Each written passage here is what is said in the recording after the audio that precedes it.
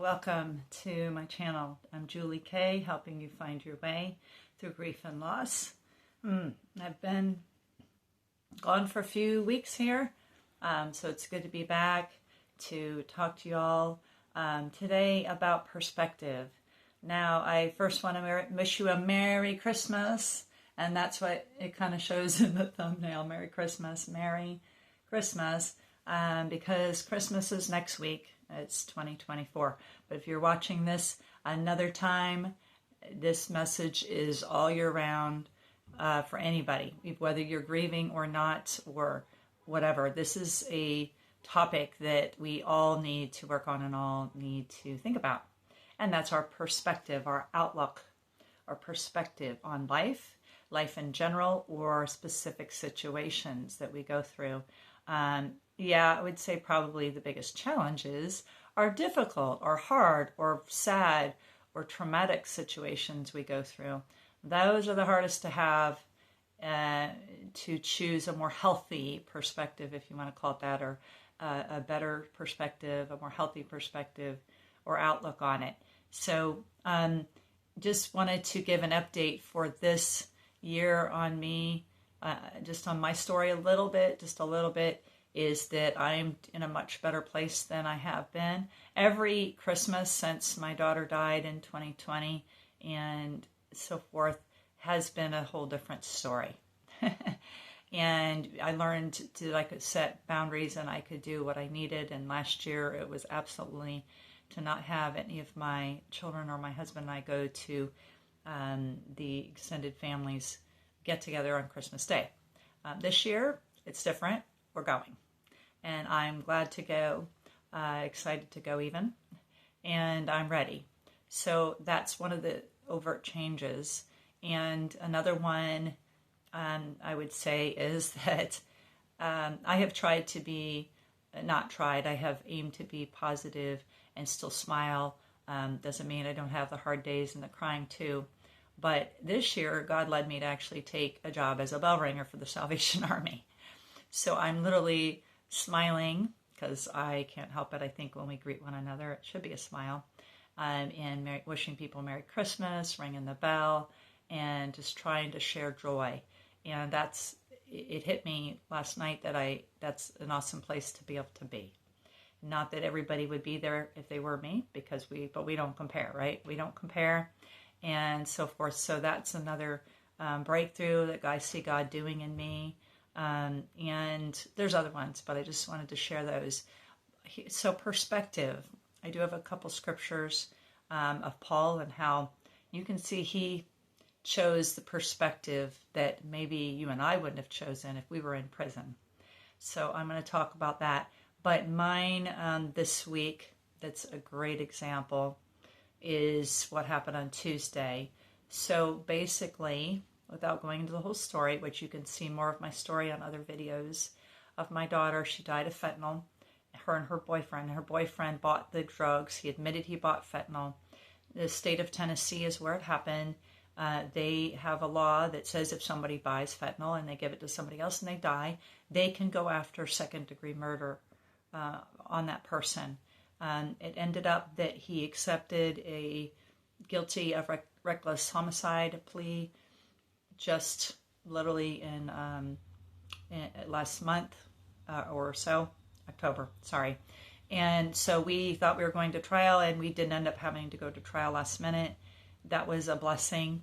Then they said that there would be the sentencing hearing. Well, that was Tuesday, the 17th. So, and then I didn't know that I was going to be sent a bunch of questions that I could fill in on writing and that the judge would read them. So I got that, kind of put it aside, wasn't ready to think about it. Then I finally, thankfully, looked at it and realized there was a deadline to turning it in, and sat down and filled it in. Did pretty good emotionally through what I wrote, and then partly that's because I tell her story and I write things down already. It's not my first time. But writing more in depth about what happened, I don't share all of that. And then the next day, when I talked to the lady who explained, we want you to fill it in, and don't stop with the questions, go further than the questions. tell more of the story. We want to hear whatever you need to share. The judge is going to read this, and they take seriously what you write down. When she said something of that sort, not that exact wording, I got off the phone and I lost it. I just began to weep and weep and weep, and in deep pain, deep, deep, deep, and it didn't end right away. So, and you just don't know and I believe it was because she validated and cared and told me that I could share it, and please do. And that was huge, because nobody's really heard the whole story. Only God knows it. My husband knows a lot of it, obviously. So that was what happened. But so then it came into Tuesday. So they said it started at 10 in the morning. And, I was ready. I knew it may not be right away. They warned me about that. It ended up going into lunchtime. And then I called and said, hey, just making sure we're on track. And they said, yes. Then they told me 2:00 we'd be getting on. Well, I had already planned the afternoon to go to my dad's and with my husband and finish packing up and going through stuff of his after he's already moved into an ALF. And the house is being sold tomorrow, and literally this is 2 days ago. So it was the only day we could go. And our time was already tight, and then we were going to go see my dad and in his new place. And then we had an obligation to get back to it, something we committed to on the way back. So what ended up happening is I just said, well, let's go.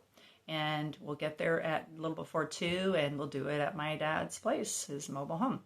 So that's what we did, but we couldn't use the computer. We had to use my phone. It was very hard to hear. But we listened as best we could. Ended up that his mom, my daughter's boyfriend's name is Matt, his mom was speaking. I heard some of what she said, not all of it. That was a surprise to me. It kind of shook me up. And then he spoke. Again, I couldn't hear all of it. But that, as you can imagine, brought emotion up to hear him. It's the first time I've heard him since, I don't know, a long time. And it's not that I didn't know him. I knew him pretty well. So that, with that saying, then the judge didn't finish it. He went on to something else and said that they would send me another link for the Zoom. And I never got a link. Here I am like, well, we got to start packing. We got to finish this work here. And so we did. And I kept looking at the phone, no link. And it just didn't make sense to me why he didn't just finish the case when it sounded like pretty much everything was done. Everybody that was going to speak was going to speak. So I could have just stayed in that, like, this doesn't make sense. And it didn't feel right. It just felt like, what's going on? And, but I still tried to stay in the peace of God, but it didn't make sense. Like, why is this happening? This wasn't supposed to happen, in the afternoon and then have to do this and all of that. But what I chose to realize, again, perspective, I could have just been like, this is all wrong. Oh my goodness, I can't handle all of this, saying goodbye to my dad's place and all of that reality. And then all of this coming up, bringing up the past, etc. But the perspective I chose to is that I had prayed a lot with my best friend about this, and I asked her to get on the phone. I'll send her prayer requests many times, and she's praying. But I said I would like to pray together over the phone, and we did that Sunday night. And because I knew we had prayed for that, and just for what I was supposed to say, and no more and no less, and that, I don't even know if we prayed about what I would hear, but we were covering the whole thing with prayer, with exactly what needed to happen. So I believe that I wasn't supposed to hear really good, because it would have riled me up more. It could have triggered even more. And I won't go into it basically, but the content of what they were trying to say was to hopefully that the judge was not going to add more years onto his already 10-year sentence. So it was pleading to his childhood, trauma and different things, and saying he's making progress. And I think that's good, but it just, So anyway, long story short, then we didn't even get to hear back. Nobody called us. We went to this concert movie by For King and Country, and then when we came home, I decided to check my emails, and there was the state attorney saying that the judge did give him, because the most amount of years that they can give them for that in Tennessee for somebody, I guess, admitting to the guilt of reckless homicide is 4 years. So that's what we were hoping was for the full. Well, the judge did do it. And he said this was based mostly on what you wrote down, Julie. And so that was even more like, wow, thank God I did it. Thank God he read it. Thank God that I felt heard in that. So there was a lot of good in that. And so I do look back on that day and say, that God allowed it to happen the way it did, and that there was good in that.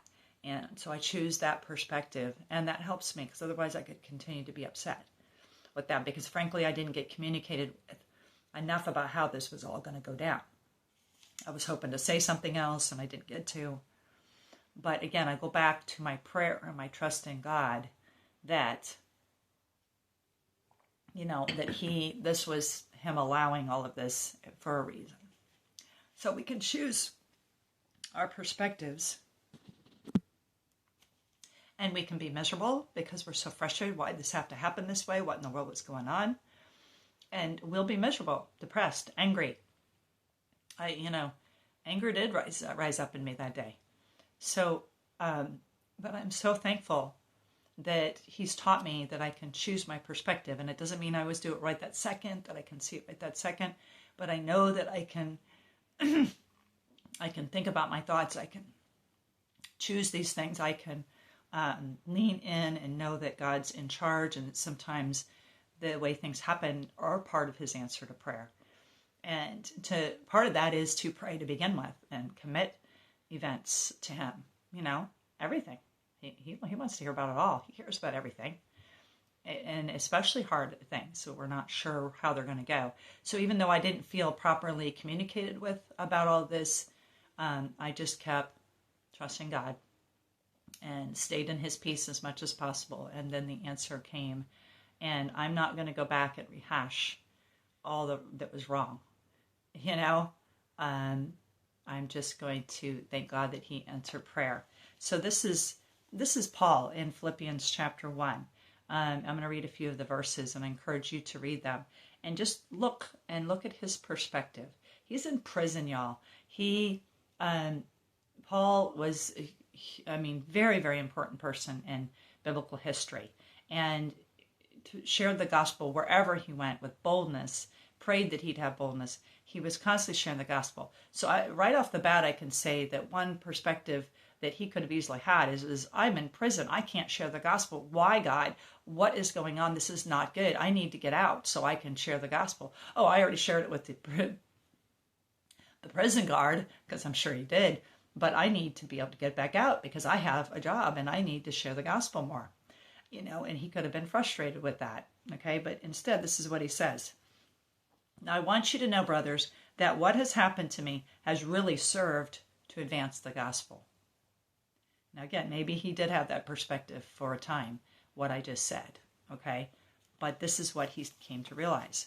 As a result, it has become clear throughout the whole palace guard and to everyone else that I am in chains for Christ. That I am in chains, that I am in prison for the Lord. Literally, that God had allowed that and permitted it, allowed it, and was working good in it. Because of my chains, most of the brothers in the Lord have been encouraged to speak the word of God more courageously and fearlessly. Wow. Now, I'm sure he was in pain. Come on, y'all. Prison is not easy, especially back then. I'd say it's much better now than what he went through in chains and on, hard floor, no bed, probably not much food. It just wasn't comfortable, y'all. It wasn't a fun place to be, that's for sure. But he's sitting there talking about how God is working it to the good. And then in verse 15, it is true that some preach Christ out of envy and rivalry, but others out of goodwill. The latter do so in love, knowing that I'm put here for the defense of the gospel. The former preach Christ out of selfish ambition, not sincerely, supposing that they can stir up trouble for me while I'm in chains. But what does it matter? The important thing is that in every way, whether from false motives or true, Christ is preached, and because of this, I rejoice.